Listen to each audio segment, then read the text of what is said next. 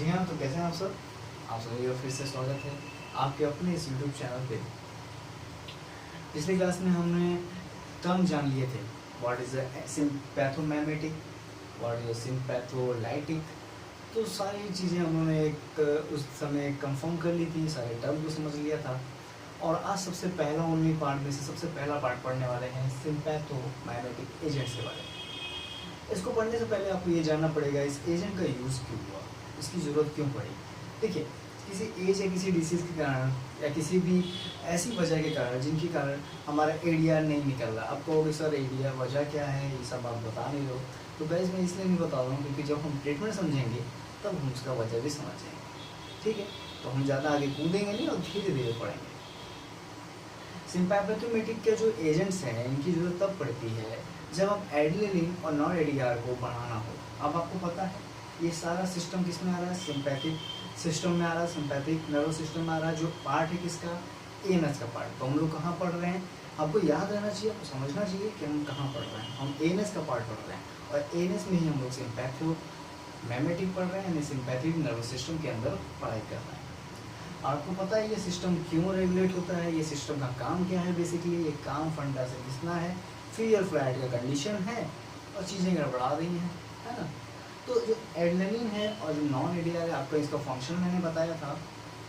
ठीक है, एड्रेनलिन क्या है और नॉन एडीआर क्या है, ये सब कैसे हैं, क्या है, किन नेचर के रखते हैं, इसको हम लोग बारी बारी से समझेंगे।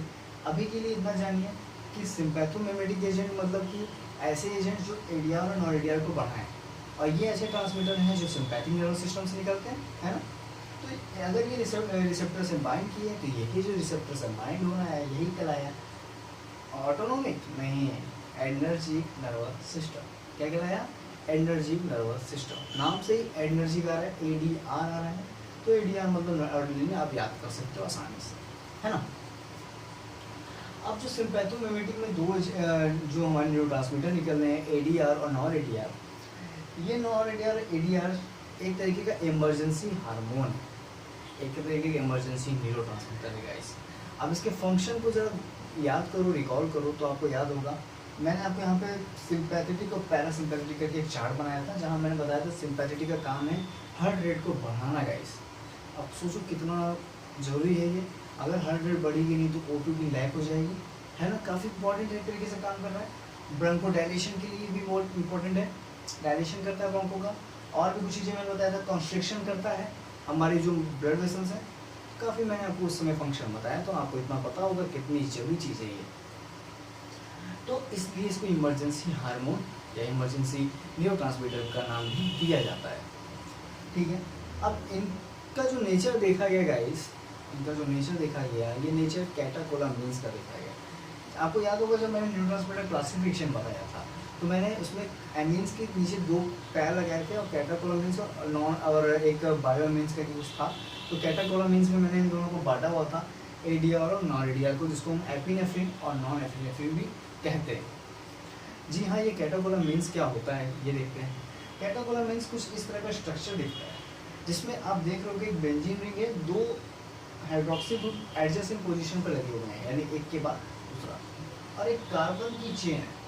ठीक है, यहाँ देखिए अल्फा मैंने पोजीशन दिखा दिया, अल्फा कार्बन और बीटा कार्बन, और बीटा कार्बन पे हाइड्रोक्सी ग्रुप लगा हुआ है और एक लंपी कार्बन की चेन में NH2 ग्रुप भी लगा हुआ है, अमीन ग्रुप भी लगा हुआ है। तो ये होता है कैटाकोलामिन। अब ये कैटाकोलामिन के स्ट्रक्चर में बेसिकली इंपॉर्टेंट फैक्टर क्या है, इंपॉर्टेंट फैक्टर गाइस कैटाकोल रिंग है। अगर जिस कंपाउंड में कैटाकोलर रिंग है सो वो हमारा कैटाकोलामिन्स की डेरिवेटिव्स होंगे, और जो नहीं है वो नॉन कैटाकोलामिन्स के डेरिवेटिव्स आ जाएंगे। ठीक है, तो जो एडीआर और नॉन एडीआर है या फिर एफिनेफ्रिन और नॉन एफिनेफ्रिन है, उसको हम कैटाकोलामिन्स के में रखते हैं, या इसी को कहते हैं पॉजिटिव न्यूक्लियस पे। ठीक है, और नेगेटिव न्यूक्लियस से भी आप कह सको नॉन कैटाकोलामिन्स में एफिहेड्रिन, एफेटामिन, टायरामिन और भी बहुत कुछ आएंगे। तो ये जो है शॉर्टली मैंने इंट्रो दे दिया आपको। जब हम एजेंट पढ़ेंगे तो दो तरह के क्लासिफिकेशन है, उस दोनों क्लासिफिकेशन में इसको और ही डिटेल कर देंगे। फॉर एग्जाम्पल मैंने यहाँ पे कुछ बातें बता दी। अब कैटाकोलामिन को आप ओरली नहीं दे सकते, कुछ बातें इसकी जान लेते हैं। ओरली नहीं दिया जा सकता, आईवी फॉर्म में दे सकते हैं। इसका ड्यूरेशन एक्शन बहुत अच्छा होता है गाइस। ये जो हमारा ब्लड ब्रेन बैरियर है उसको क्रॉस ही नहीं कर सकता, क्योंकि यहाँ पे OH ग्रुप लगे हुए हैं, ठीक है, पोलर ग्रुप लगे हैं। अब अगर ये ब्रेन को मतलब हमारे ब्लड ब्रेन बैरियर को क्रॉस ही नहीं कर पा रहा है गाइस, तो आपको पता होगा अगर ब्लड बैरियर को क्रॉस ही नहीं कर पा रहा है तो ब्लड आपके ब्रेन में जा नहीं पा रहा है, और ब्रेन में जा नहीं पा रहा है तो इस एजेंट्स का कोई यूज़ नहीं होगा हमारे ब्रेन से रिलेटेड कोई भी बीमारी में, ठीक है ना, कोई भी बीमारी में इसका यूज़ नहीं होगा। तो मैंने वही बात लिखा है कि ब्रेन की कोई भी प्रॉब्लम में इसका इफेक्शन कुछ नहीं है, जीरो है, नेग्लिजिबल। हालांकि हमारे जो ये बीबी को क्रॉस नहीं कर पा रहा है, जिनका रीज़न है कि ये पोलर ग्रुप का है, और पोलर ग्रुप का रीज़न है यानी OH ग्रुप अटैच है। OH ग्रुप होने के कारण इसका ऑक्सीडेशन गाइस बहुत तेज़ी से होता है, और ऑक्सीडेशन करके ये डिस्ट्रॉय हो सकता है, ठीक है। तो अब गाइस इसकी ड्यूरेशन एक्शन बढ़ानी है, हमारी बॉडी में ये रहे, कार्यगर रहे, साबित रहे और एक तरीके से अच्छा कार्य करे, इसके लिए हम उसके साथ एंटीऑक्सीडेंट लगा के देते हैं। जो एग्जांपल में मैंने लिखा है सोडियम सल्फाइड के बारे में। Sodium sulphide is like a antioxidant, जिसका यूज़ हम इसके साथ कर सकते हैं, ठीक है, इसके ड्यूरेशन एक्शन को बढ़ाने के लिए, इन्हेंस करने के लिए। सो ये जो हमारा सिम्पैथोमिमेटिक एजेंट नहीं था गाइस, ये सिर्फ हमारा एक छोटा इंपॉर्टेंट नोट्स था कि इनमें से कौन से ट्रांसमीटर्स होते हैं, कैटाकोलामिन्स क्या होता है। अब हम क्या करेंगे कि कैटाकोलामिन्स का गाइस इतना ही नॉलेज हमारे लिए बेनिफिशियल है, और यहाँ मेडिसिन केमिस्ट्री की बात नहीं हो रही, नहीं तो आपको स्टोरेज, सिंथेसिस वगैरह सब मैं बताता।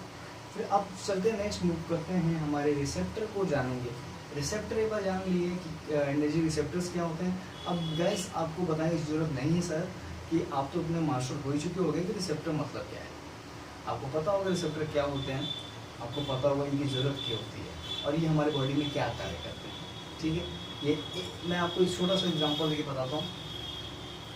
कोई भी नर्व्स ना जब न्यूरोट्रांसमीटर को रिलीज़ करता है, ठीक है, न्यूरोट्रांसमीटर को निकालता है, केमिकल्स निकालता है, तो जब तक वो कहीं जाके पर्टिकुलर बाइंड नहीं होते ना तब तक वो एक्शन शो ही नहीं करते।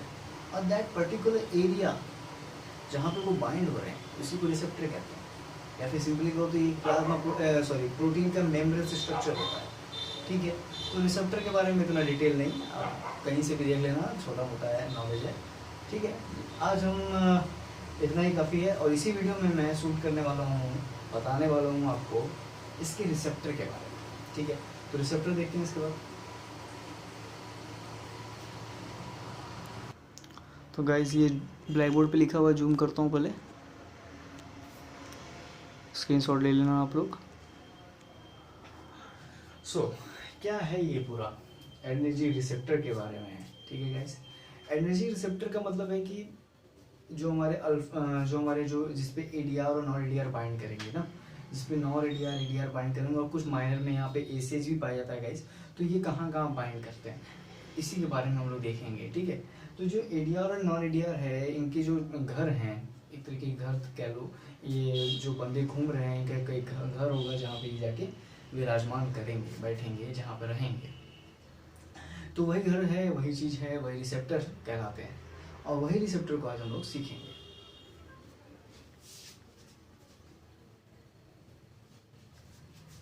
Sorry guys. तो रिसेप्टर में हम लोग क्या सीखते हैं, देखते हैं। एनर्जी रिसेप्टर दो टाइप के हैं, एक है अल्फा और एक है बीटा। एनर्जी रिसेप्टर मैं बार बार रिपीट नहीं करूँगा इस ADR और नॉन ADR, है ना। तो एनर्जी रिसेप्टर अल्फा और बीटा हैं। अब अल्फा और बीटा में अल्फा भी जो है 2 टाइप के हैं, और बीटा है 3 टाइप के, जैसे बीटा 1, बीटा 2, बीटा 3, ठीक है।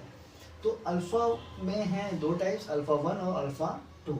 देखिए रिसेप्टर मैंने यहाँ लिखा हुआ है, कुछ नहीं करना आपको, बस सिंपल से एक बार रीड ऑन करना। देखिए ये जो मैंने बताया है ना, कई जगह से छाट के लेके आया, काफ़ी मेहनत किया है इस चीज़ पे। तो अगर आप इस चीज़ को अच्छे से पढ़ लिए तो इसमें से क्वेश्चन आते हैं, जीपैट से रिलेटेड क्वेश्चन आते हैं, जो आप आराम से आँख बंद करके लगा लोगे अगर आप इसको, इस वीडियो को और इस जो मेरे नोट्स हैं इसको अच्छे से ध्यान से समझ लिए। तो जो रिसेप्टर पहला है अल्फा 1 है, उसका लोकेशन कहाँ का है, हमारे आँखों की स्मूथ मसल्स में है। ये ब्लड वेसल्स है, ये हमारा लीवर है, ये है यूरिन ब्लैडर, और ये पोस्ट सिनेप्टिक इफेक्टर सेल्स है, सिंपल से कहो तो पोस्ट सिनेप्टिक। अगोनिस्ट जो इसके एक्शन को बढ़ा देंगे वो है फेनिलेफिनेफ्रिन और मेथोक्सामिन। जी हाँ, ऐसे ड्रग्स दोगे तो उनके एक्शन बढ़ जाएंगे। एंटागोनिस्ट का मतलब होता है उसके एक्शन को किसी तरह से वहाँ उस रिसेप्टर को ब्लॉक कर देना जहाँ पे वो केमिकल फिर जाके बाइंड ना कर पाए और एक्शन वहाँ पे रेसिस्ट हो जाए, खत्म हो जाए, तो वो है क्लोनिडीन। ठीक है, और इफेक्टर पाथवे आपको बस इतना याद रखना है कि ये IP3 डैग और जो कैल्शियम को है उसको बढ़ा देता है गाइस, इन तीनों चीज़ों को ये बढ़ा देगा। अब आ जाते हैं, अब देखिए कैसे याद रखोगे ये चीज़ों को बढ़ा देगा यानी IP3 डैग पाथवे कैल्शियम इन सब पाथवे को कैसे बढ़ाएगा, क्योंकि ये नेचर रखता है एक्साइटरी का गाइस, और आपको पता है एक्साइटरी मतलब क्या है, बढ़ाना ही ना, उत्तेजना। ठीक है, एक्साइटेड। सो एक्साइटरी है अल्फा-1 रिसेप्टर, मैंने अल्फा रिसेप्टर पे जो अल्फा-1 रिसेप्टर पे कोई भी जो ADR और IDR बाइंड करेंगे वो एक्शन इसी तरह का शो करेंगे जो एक्साइटरी वाला होगा। अब इनहिबिटरी क्या देख लेते हैं। अल्फा-2 इनहिबिटरी एक्शन के लिए है जिसमें प्री सिनेप्टिक एंडिंग्स में पाया जाता है, ये पोस्ट सिनेप्टिक में पाया जाता है, ब्रेन में पाया जाता है, पैनक्रियाटिक बीटा सेल से पाया जाता है। आपको पता होगा पैनक्रियाटिक बीटा सेल से क्या निकलता है, इंसुलिन ना, प्लेटलेट्स में पाया जाता है, स्मूथ मसल्स में और ब्लड वेसल्स में पाया जाता है। एगोनिस्ट की बात करें जो एक्शन बढ़ाएगा, क्लोनिडीन है, एंटागोनिस्ट योहिम्बीन है। याद रख लीजिएगा एंटागोनिस्ट एगोनिस्ट बहुत इंपॉर्टेंट होता है इसलिए इसको अच्छे से समझिएगा। अगोनिस्ट क्या है, क्लोनिडीन, और एंटागोनिस्ट योहिम्बीन।